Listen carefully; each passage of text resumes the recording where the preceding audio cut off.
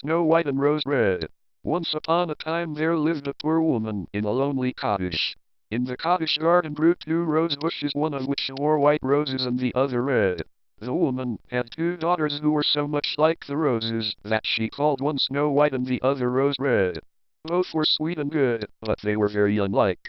Rose Red loved to run and jump about the meadows, where her merry black eyes saw every flower and butterfly. Snow White was fair-haired and quiet, and liked to sit still at home.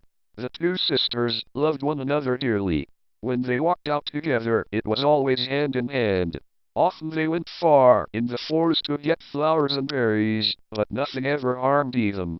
The hares ate clover from their hands. The deer fed near them. The goats played at their side.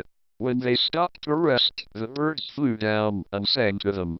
Because they were good and kind, all things loved and trusted them.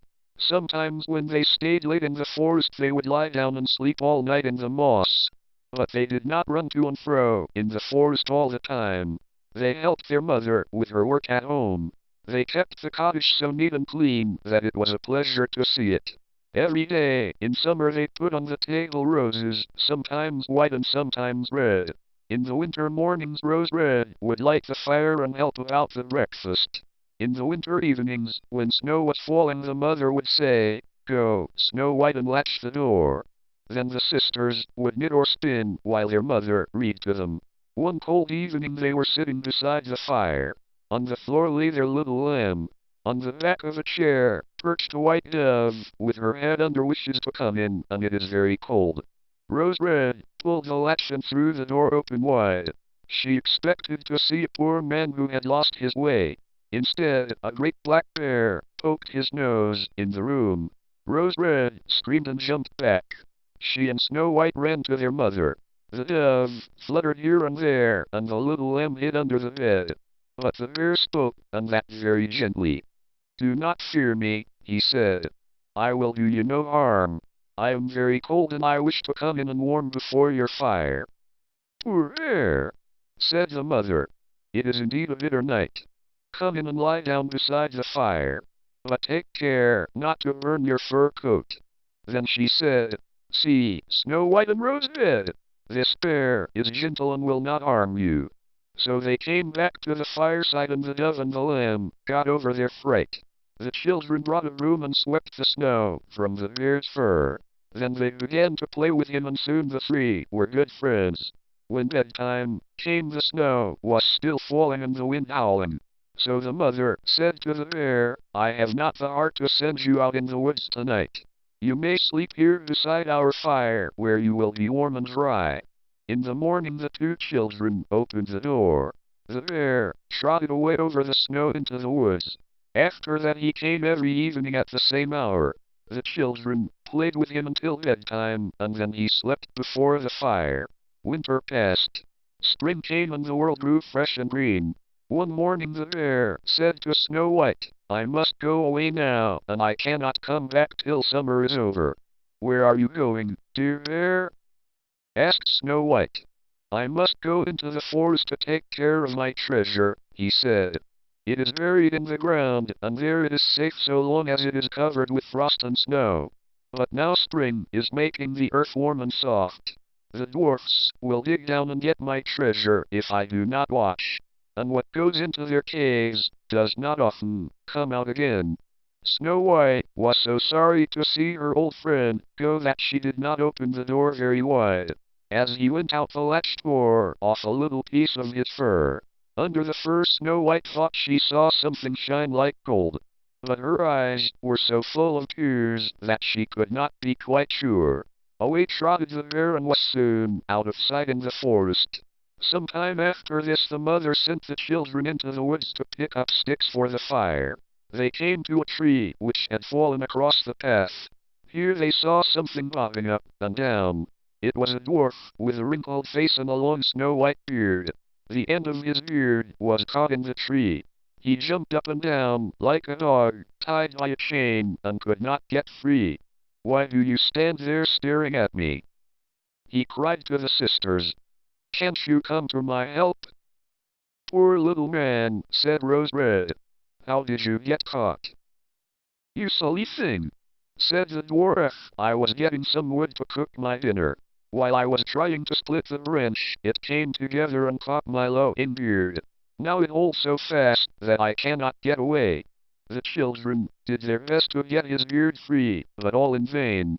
I will run and get someone to help us, said Rose Red at last. Why do you wish to call other people? Snarled the dwarf. You are too weird. The dwarf snatched up a bag full of gold, which was lying at the root of the tree. Away he went without thanking the children for their help. Some time after, Snow White and Rose Red went out fishing. As they sat on the bank of the stream, they saw something like a large grasshopper jumping about. They went to see what it was and found the dwarf. What are you doing? Asked Rose Red. You are about to fall into the water. Can't you see that this fish is pulling me in? Cried the dwarf.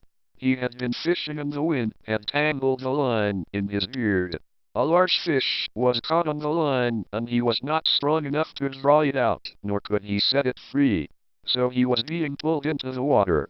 The children did their best to untangle his beard, but they could not. At last Snow White had to pull out her scissors and cut off another piece. Although this saved his life, the dwarf was very angry. How dare you ruin my beautiful beard? He cried. Bad luck to you both. Then he picked up a bag of pearls he had hid among the rushes and went away. Soon after this, their mother sent Snow White and Rose Red to town to buy some needles and thread. They went through the woods and across a field. Here they saw a large bird circling about in the air.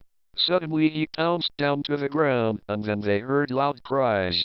They ran to see what was the trouble. They found that the bird had caught the dwarf in its claws and was trying to carry him off. The kind-hearted children did all that they could for the little man.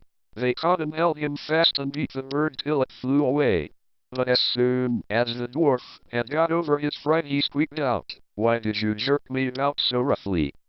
You tore my new coat, meddling, awkward things that you are! Then he took up a bag of precious stones and went his way.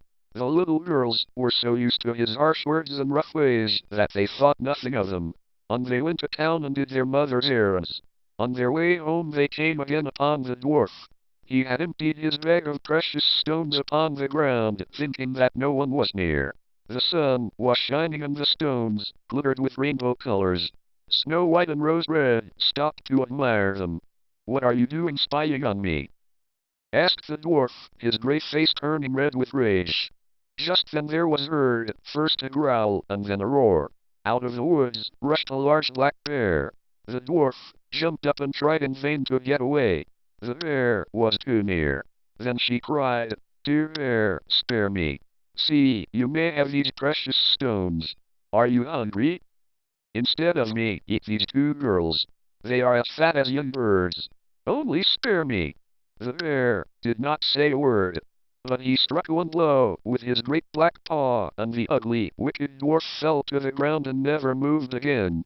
The little girls were running away as fast as they could, but the bear called to them, Snow White, Rose Red, don't be afraid. Wait and I will go home with you. They knew the voice. It was that of their bear friend. As they turned toward him, what was their surprise to see the bearskin fall off.